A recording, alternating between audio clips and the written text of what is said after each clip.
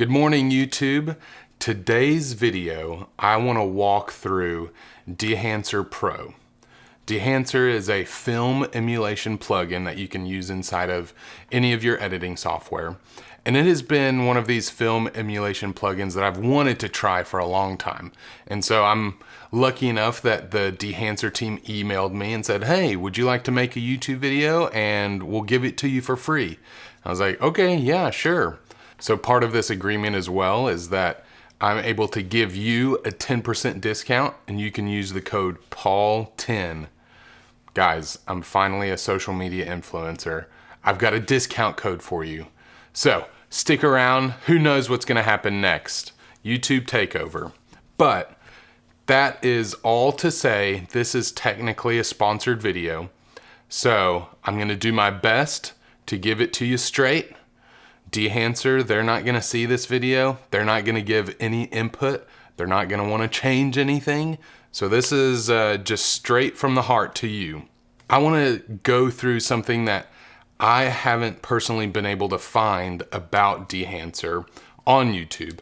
And that is basically, let's just run through each and every one of the profiles on the same few clips to see how they compare to each other. And I'm just gonna give you my off the top of the head thoughts of each one, and maybe at the end I'll give you my favorite one.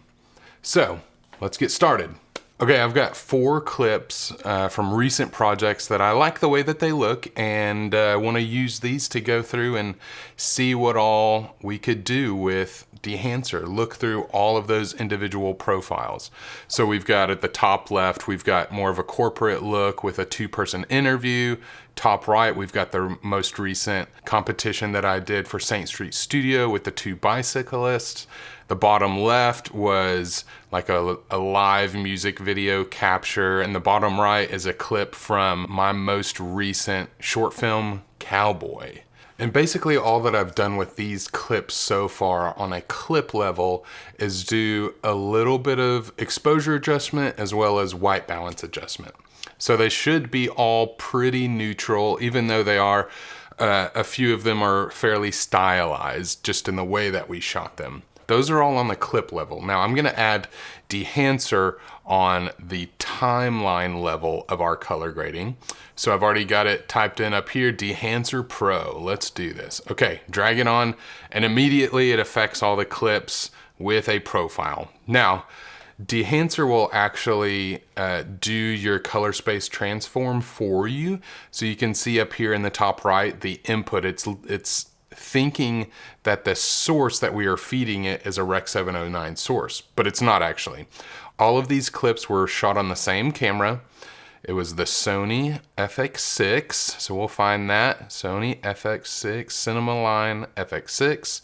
And what's really cool is Dehancer has separate profiles for S-Gamut 3 and S-Gamut.3 Cine, as well as the 2 different base ISOs of ISO 800 and 12,800. So I know all of these clips were shot in S-Log3, S-Gamut3.Cine, ISO 800. So we can do that. All right, so here's our first look. Now I'm gonna go through and I'm gonna disable some things. This expand, we don't need to use this. We're not gonna use the print. We're gonna turn that off. Let's not look at film grain right now, because really all I want to look at is how are these individual film emulations affecting the color. In another video, we can look at the film grain and halation and bloom, because I love those, but those are all affected similarly, not dependent on which film profile you're in. So let's go back up here. Film profiles, this is what I want to look at. So currently it loads up Kodak Vision3 250D. Immediately I'm like, yes, this looks amazing. This is like industry standard in Hollywood, what everyone wants to try and shoot on. And it looks awesome. All of these clips look really good straight out of the box. But let's start back at the top of this list. It's a long list. I think there's like 60 something film profiles. So I want to quickly go through all of these. All right, first one, Adox Color Implosion 100. What do we got? Okay, very cool. My initial thoughts are it's a lot less contrast and there's a little bit of a pinkish hue on everything. So that's a look. You could go for that. Let's look at the next one, Agfa Color 100. All right, this is a lot more contrast, a lot more saturation. This looks really good. Immediately, I would say like bicycles up here, the greens are super saturated. But if you can look down here in the bottom left, your blues are not very saturated and your skin tones are really not saturated. So it really looks like it brings out a lot of the warmer greens. Let's keep going. Agfa Color Portrait XPS 160. Very similar, but you could see those greens are tamed back a lot. So a lot less saturation in the greens. That looks really good. All right, here's Agfa Color XRS 200, expired in 1991. Yeah, that looks really good. Looks very similar to me as the Agfa Color 100. The greens are popping a lot. All right, let's move on. Agfa Chrome RSX II 200, expired in 2006. Yeah, here's a heavy shift. This is heavily stylized. We got a lot of warm green, almost like your classic like 2010 Instagram sepia filter. This is a style. I don't know if I like it, but someone out there will. All right, Agfa Scala 200X. I'm butchering all of these names, but that's okay. All right, black and white. This is awesome. I really like this. This is not too punchy, but it definitely gives you some good contrast. Love it. Ambrotype by Anatoly Green. All right, another black and white, but we've got a little bit of a green shift in it. Heavy contrast, but it's also brought down the exposure on everything. So I would probably, if I wanted to use this, adjust exposure to be able to fit my liking. All right, next up, Astrum Color Negative 125. Yeah, this looks really good. Honestly, this looks very similar to just like a Rec 709, what I would hope for. Possibly a little bit more stylized, but this looks really clean. I like it. All right, Cine Still 50D. This is a classic, super sought after film stock. Yeah, I really like this too. That looks good. All right, Cine Still 800T. Yeah, that looks good.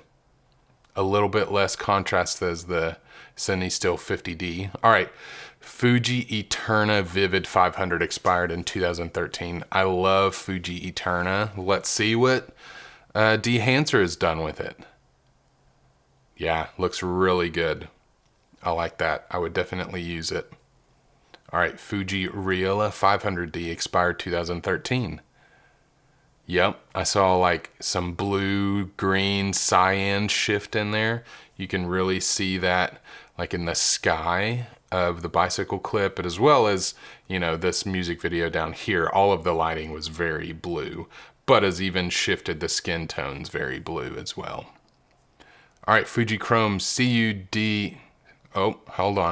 Fujichrome CDU-II Cross. I have no idea what any of that means. Oh, looks nice. Okay, yeah, that brought back the bluish that we were seeing earlier. All right, Fujichrome Provia 100F. Very nice. All right, Fujichrome Velvia 100. All right, there's a huge cyan push that you could see come into the skies. Very green. How about Velvia 50? All right, that pulled it back a lot more neutral if you like the Velvia look and not so greenish cyan. Maybe go with the Velvia 50. All right, Fujicolor 100. I like that. Very similar, but a little bit less exposure, a little bit more blue. You could see come back in the sky. All right, Fujicolor C200. Okay, very similar as the last one, just a little bit less contrast.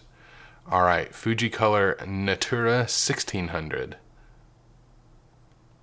Looks good. A little bit more contrast and a little bit of like a, I don't know, warmish green, kind of almost yellow shift in the sky. I'm really looking at the bicyclist clip whenever I change.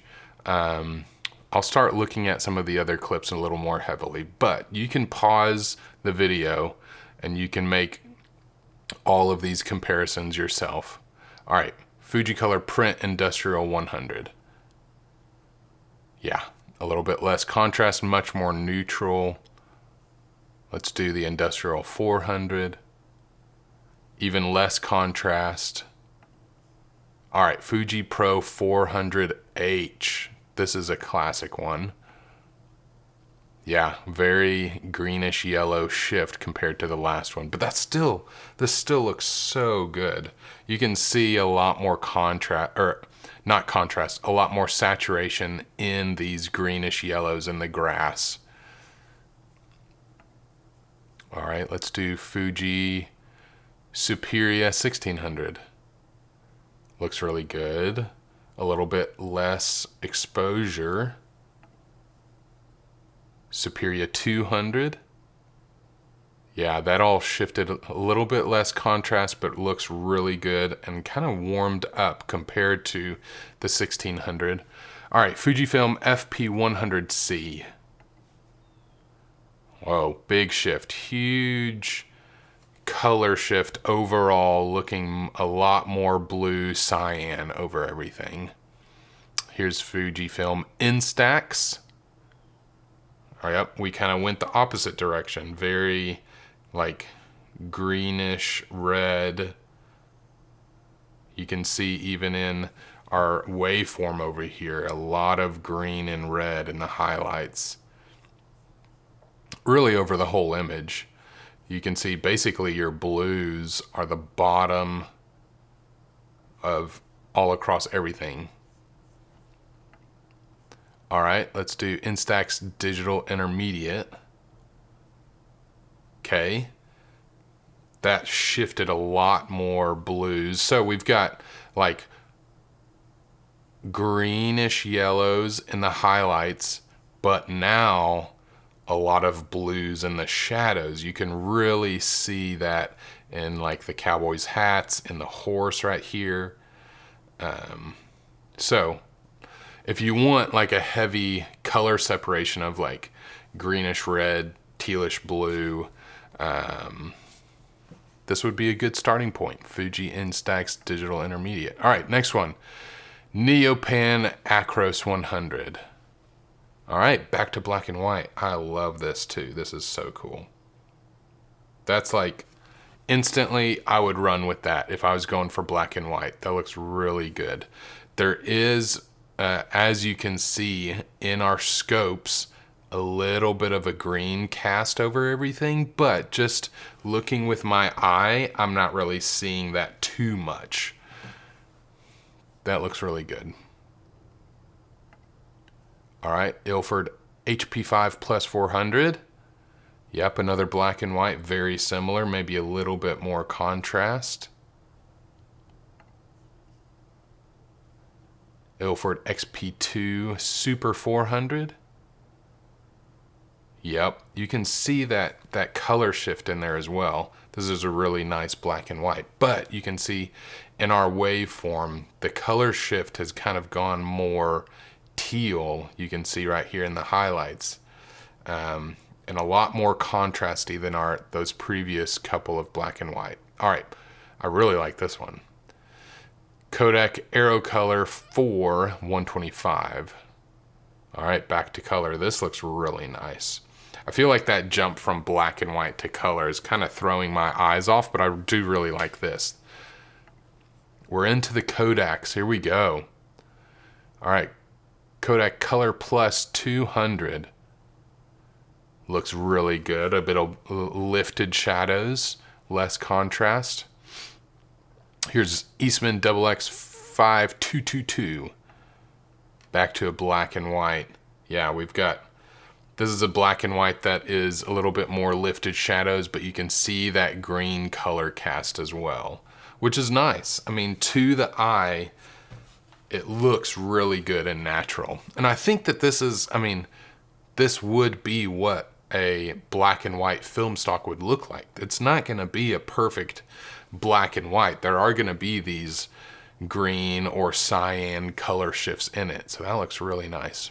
All right, Ektachrome E100 2017. That looks really nice. Again, that shift from black and white to a color image, this looks just like so punchy and colorful, but looks really good. All right, Ektar 100. Yeah, I like this. This is bringing in a little bit of a bluer shift to it compared to the last one.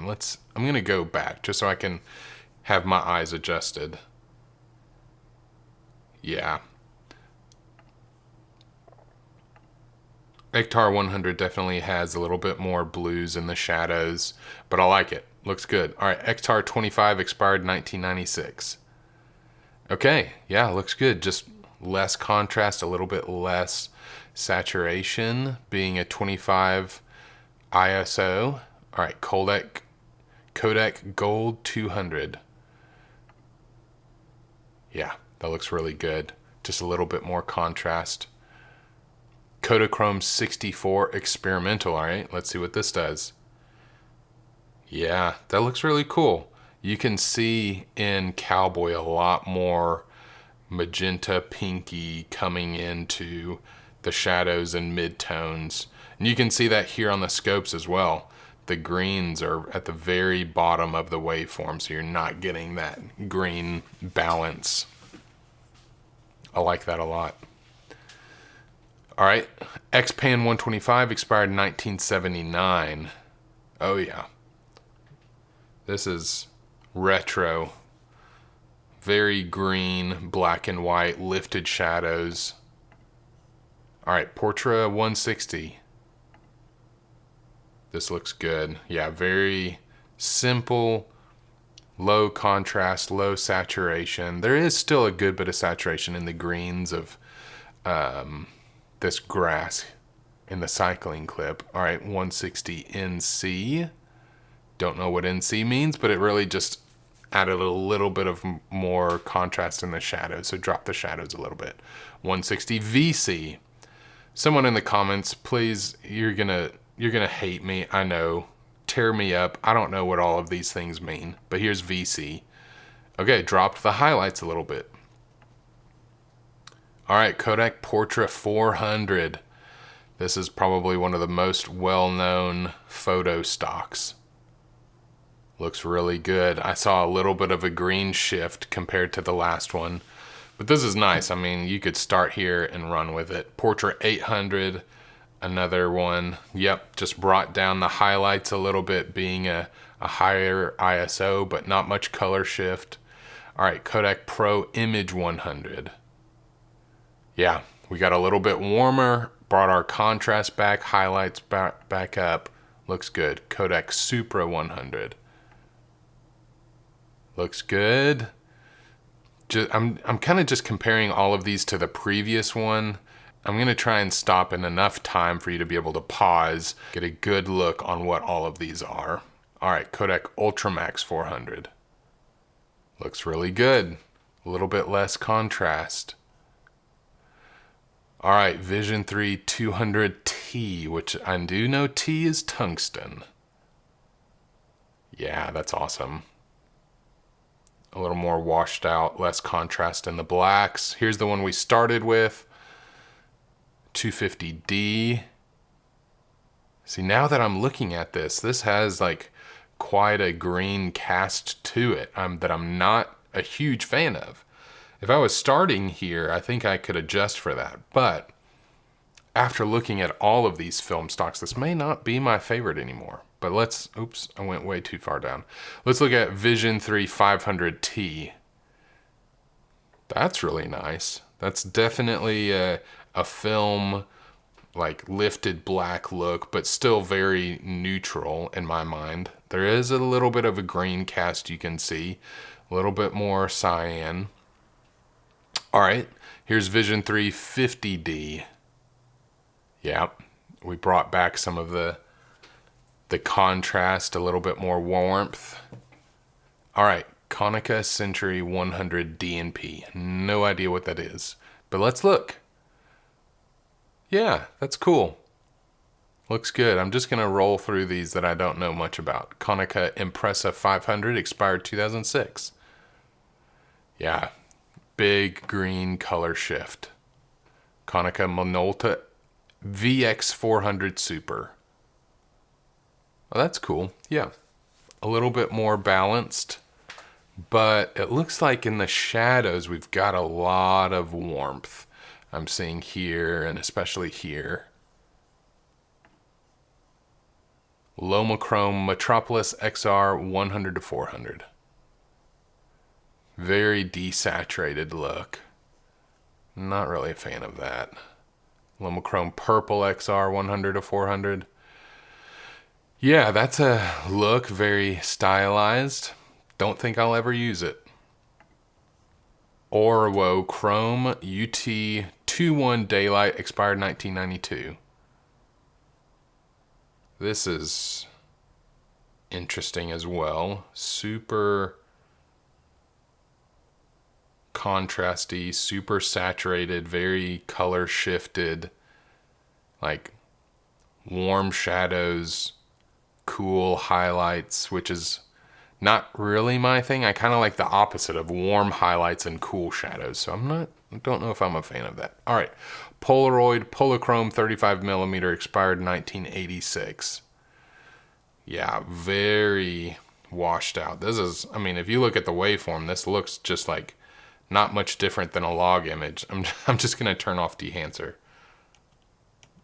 There's a little bit more contrast in this Polachrome, but that's a look if you're going for it. Definitely shifts the colors, but not really a fan.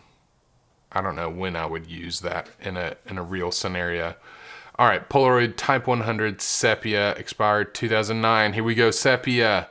Yeah, there we go. Washed out black and white with like a yellow kind of cast on everything. It's not as sepia as I would have expected.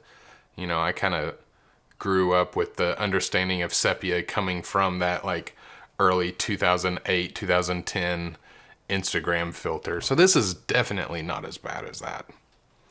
All right.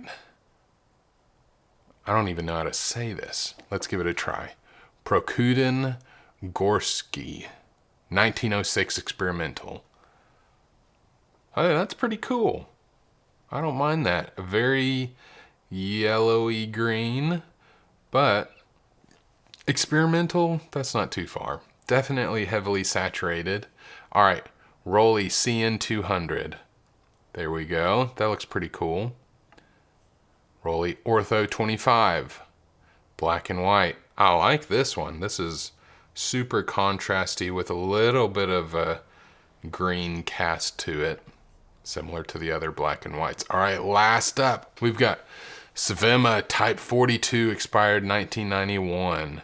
Another black and white, even more heavily contrast. So that's all of them. Man, that was a lot. This is a long YouTube video, but I hope that you'll be able to go through and you can compare each one to really see like, okay, am I actually gonna use this on a project? So what I want to show you now is how I have used this on a project. So this clip, I am actually working on this project now, and I am using Dehancer for it.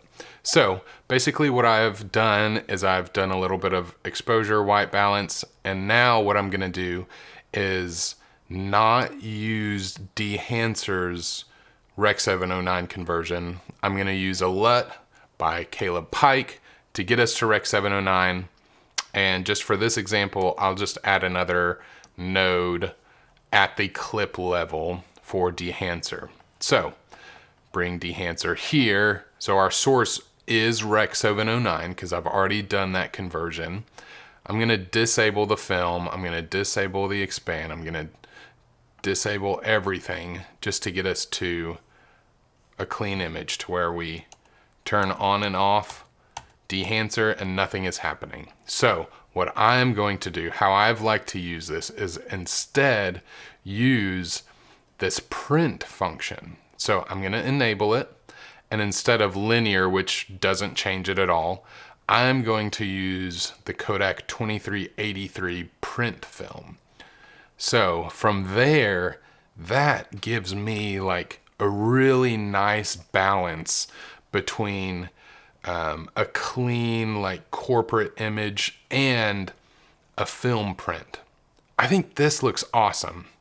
I could send this to the client and they would love it because it looks really clean and it's not too crazy. Like you would see from some of these film profiles. This just Kodak 2383 print film on top of your Rec 709 conversion, I think is how I'm gonna use Dehancer for corporate work. Now, for all of the other stuff that I do that is a lot more artistic, I will use these film emulations, but this is just a really awesome way to be able to still use Dehancer's color profiles for corporate work. And even for this project specifically, I have added some film grain. Now, I think this, how it comes, is way too much. So what I have used is the 35mm ISO 50, and then I've even brought the amount back to like 20%. And I think that looks really good. It's a lot heavier. It looks a lot heavier on this wide shot, but whenever in this specific project we go into some tight shots, this film grain looks really awesome. The halation looks really great. The bloom looks really great, but that's for a different video. So thanks for sticking around. If you have stuck around, remember down in the comments, I'm gonna put it right here, Paul 10. Go to Dehancer, get 10% off if you see some of these film emulations that could help you in your color grading workflow. Peace.